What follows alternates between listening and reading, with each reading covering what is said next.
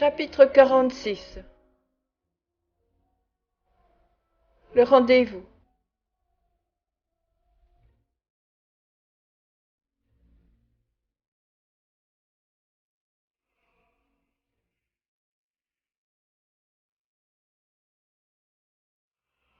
Les horloges sonnaient 11h03 quand deux personnes se montrèrent sur le pont de Londres. L'une marchait d'un pas léger et rapide. C'était une femme qui regardait autour d'elle d'un air empressé, comme pour découvrir quelqu'un qu'elle attendait. L'autre était un homme qui se glissait dans l'ombre, réglant son pas sur celui de la femme, s'arrêtant quand elle s'arrêtait et s'avançant rapidement dès qu'elle reprenait sa marche, mais sans jamais la gagner de vitesse dans l'ardeur de sa poursuite.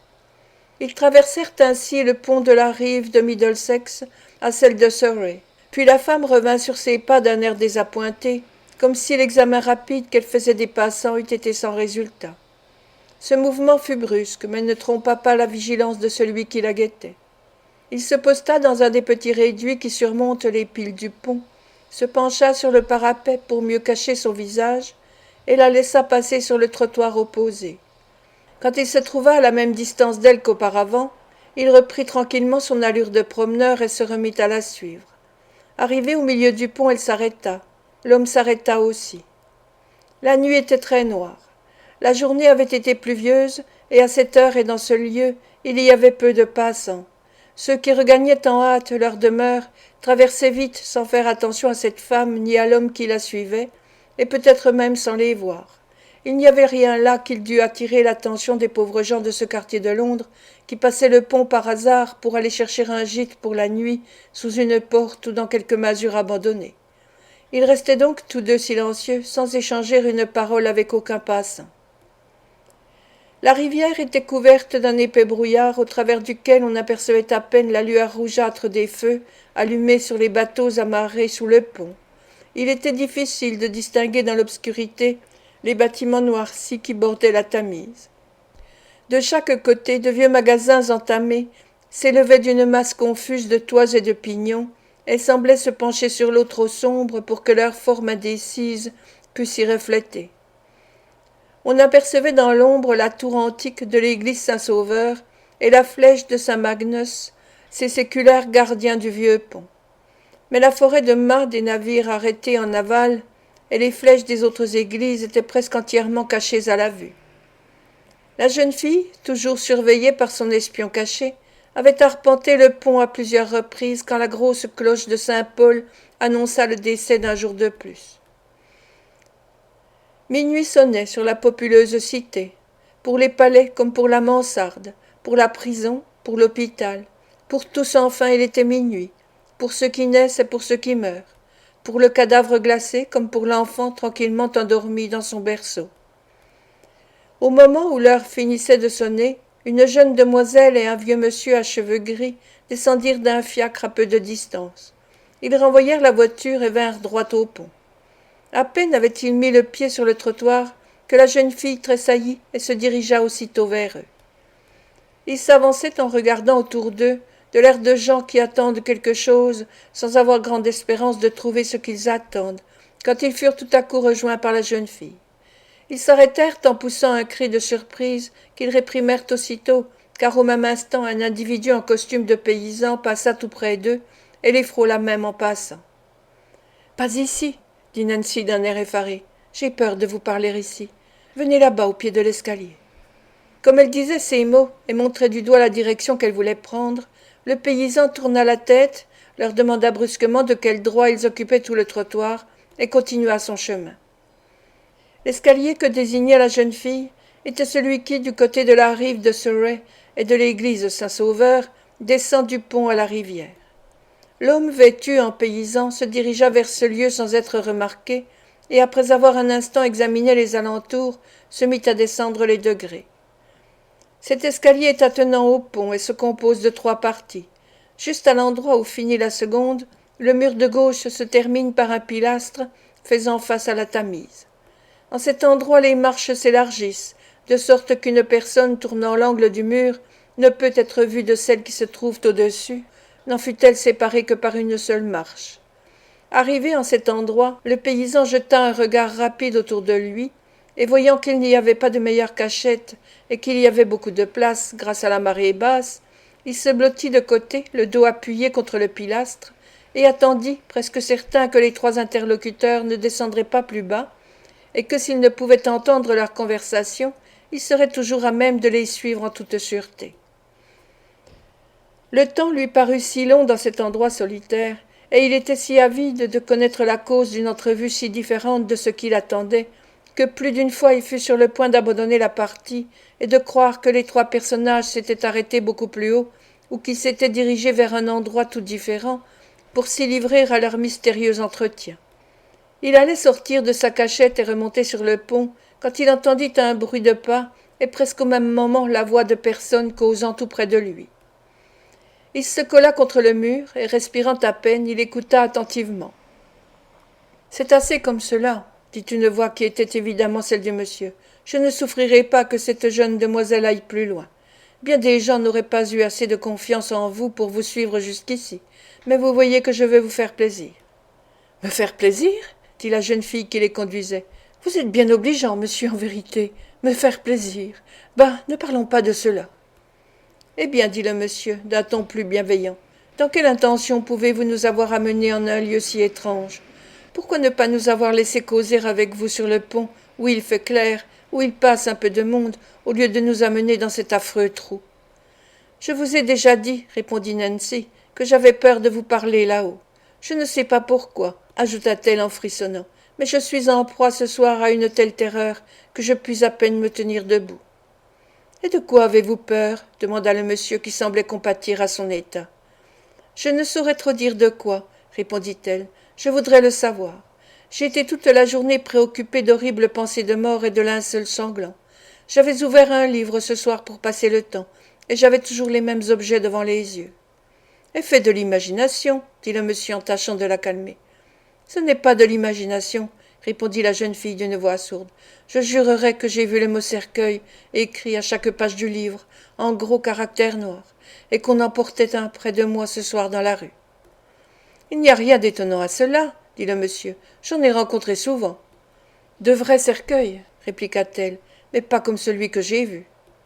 Il y avait quelque chose de si étrange dans le ton de la jeune fille que l'espion caché frissonna et sentit son sang se glacer dans ses veines. Il se remit en entendant la douce voix de la jeune demoiselle qui demandait à Nancy de se calmer et de ne pas se laisser aller à ses affreuses pensées. « Parlez-lui avec bonté, » dit-elle au monsieur qui l'accompagnait. « La pauvre créature, elle semble en avoir besoin. »« Vos pasteurs orgueilleux m'auraient regardé avec dédain dans l'état où je suis ce soir, et m'auraient prêché flammes et vengeance, » dit Nancy. « Oh, chère demoiselle, pourquoi ceux qui s'arrogent le titre d'hommes de Dieu ne sont-ils pas, pour nous autres malheureuses, aussi bons et aussi bienveillants que vous l'êtes? Vous qui, ayant la beauté et tant de qualités qu'il leur manque, pourriez être un peu fiers au lieu de les surpasser en humilité. »« Ah oui, dit le monsieur, le Turc, après avoir fait ses ablutions, se tourne vers l'Orient pour dire ses prières. De même, ces bonnes gens, après avoir pris un maintien de circonstance, lèvent les yeux au ciel pour l'implorer.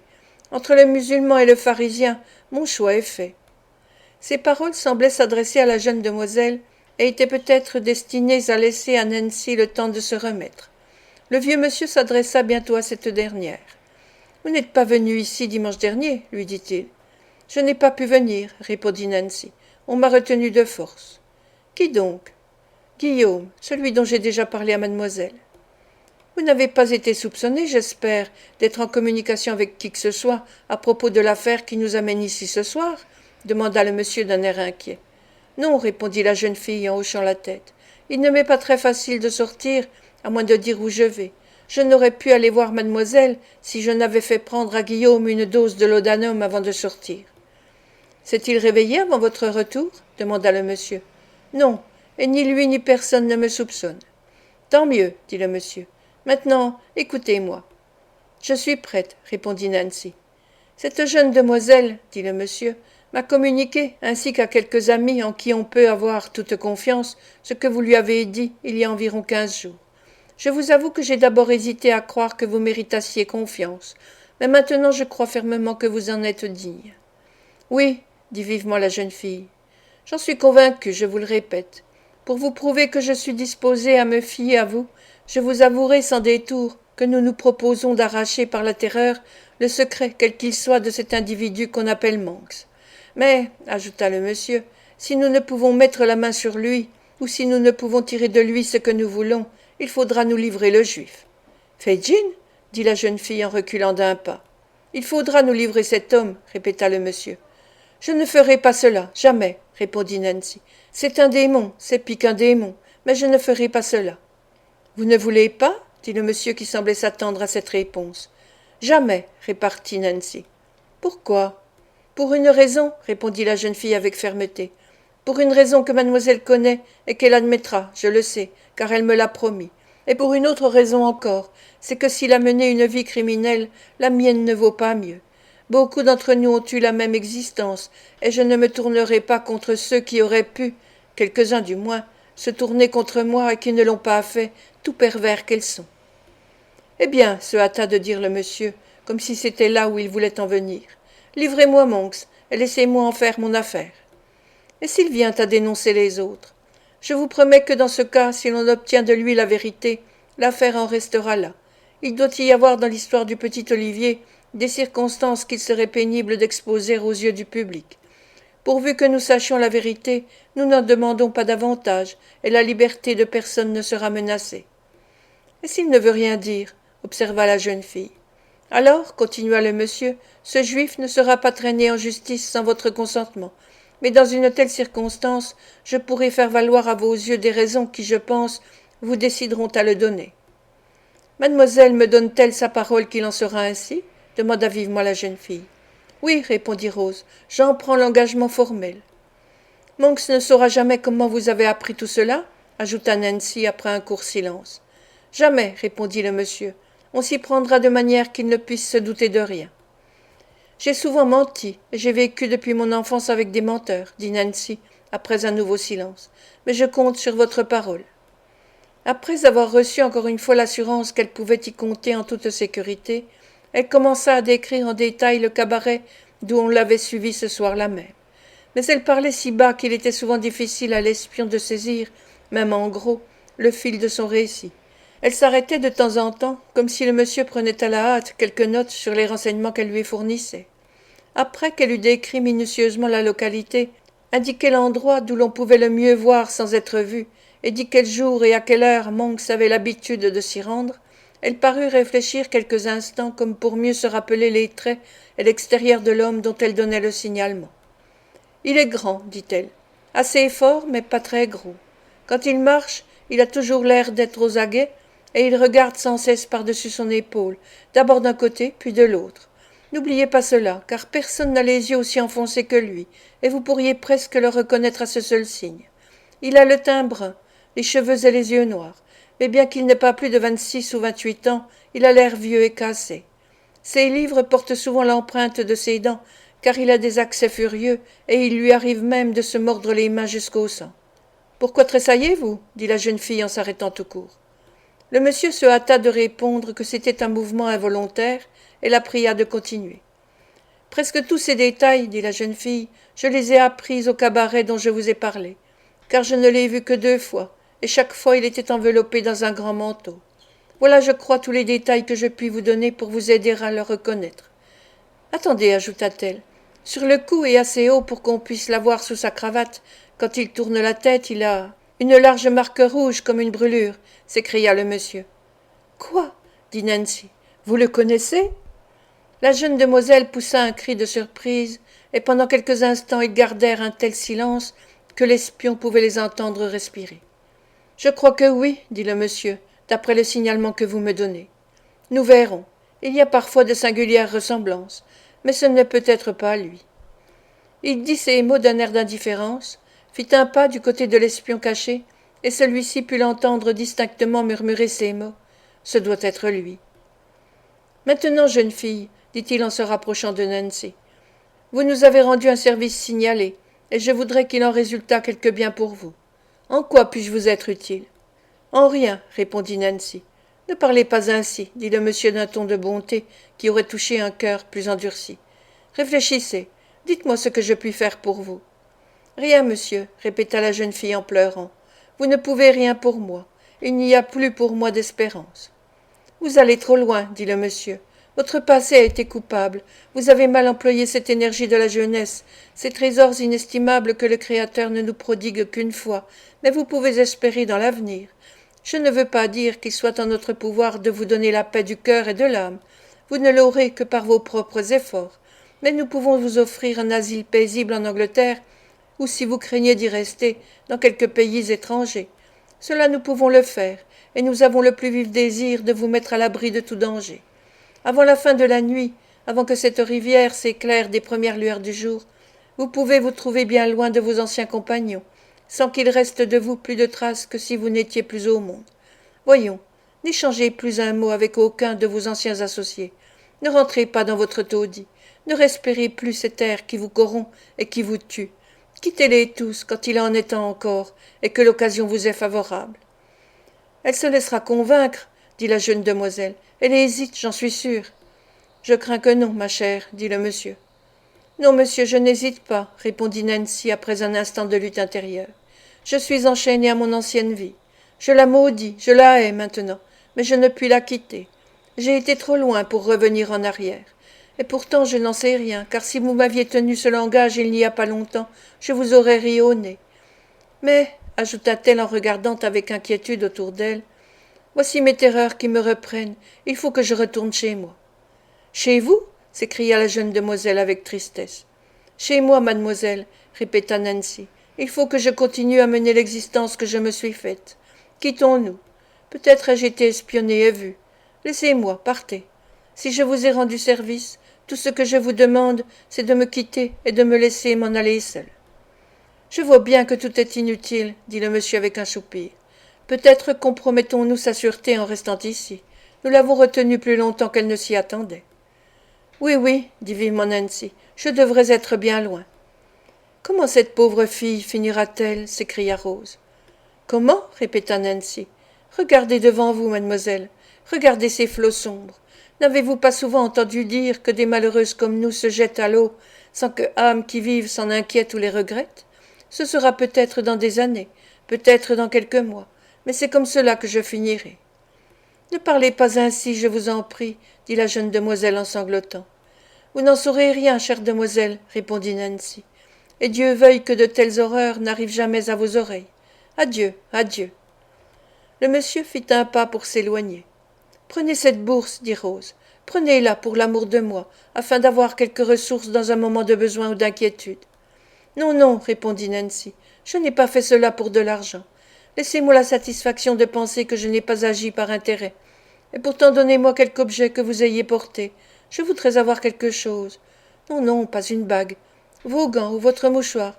Quelque chose que je puisse garder, comme vous ayant appartenu, ma bonne demoiselle. C'est cela, merci. Que Dieu vous bénisse. Bonsoir. Nancy était en proie à une si violente agitation et semblait tellement craindre d'être découverte que le monsieur se décida à la quitter comme elle le demandait. On entendit le bruit des pas qui s'éloignaient et tout redevint silencieux. La jeune demoiselle et son compagnon arrivèrent bientôt sur le pont. Ils s'arrêtèrent au haut de l'escalier. « Écoutez, dit Rose en prêtant l'oreille, n'a-t-elle pas appelé? J'ai cru entendre sa voix. »« Non, ma chère, répondit M. Brownlow en regardant tristement en arrière. Elle n'a pas bougé, elle attend que nous soyons éloignés. Rose Maylie était navrée, mais le vieux monsieur lui prit le bras, le mit sous le sien et l'entraîna doucement. Dès qu'ils eurent disparu, Nancy se laissa tomber tout de son long sur l'une des marches de pierre, et dans son angoisse versa des larmes amères. Bientôt elle se releva, et d'un pas faible et chancelant gravit les degrés pour regagner la rue. L'espion, étonné, resta immobile à son poste pendant quelques minutes, et quand il eut acquis la certitude qu'il était tout à fait seul, il sortit de sa cachette et remonta sur le pont en rasant la muraille, comme il l'avait fait en descendant. Arrivé auprès de l'escalier, Noé Claypole regarda autour de lui à plusieurs reprises pour être bien sûr qu'il n'était pas observé, puis il partit à toutes jambes pour regagner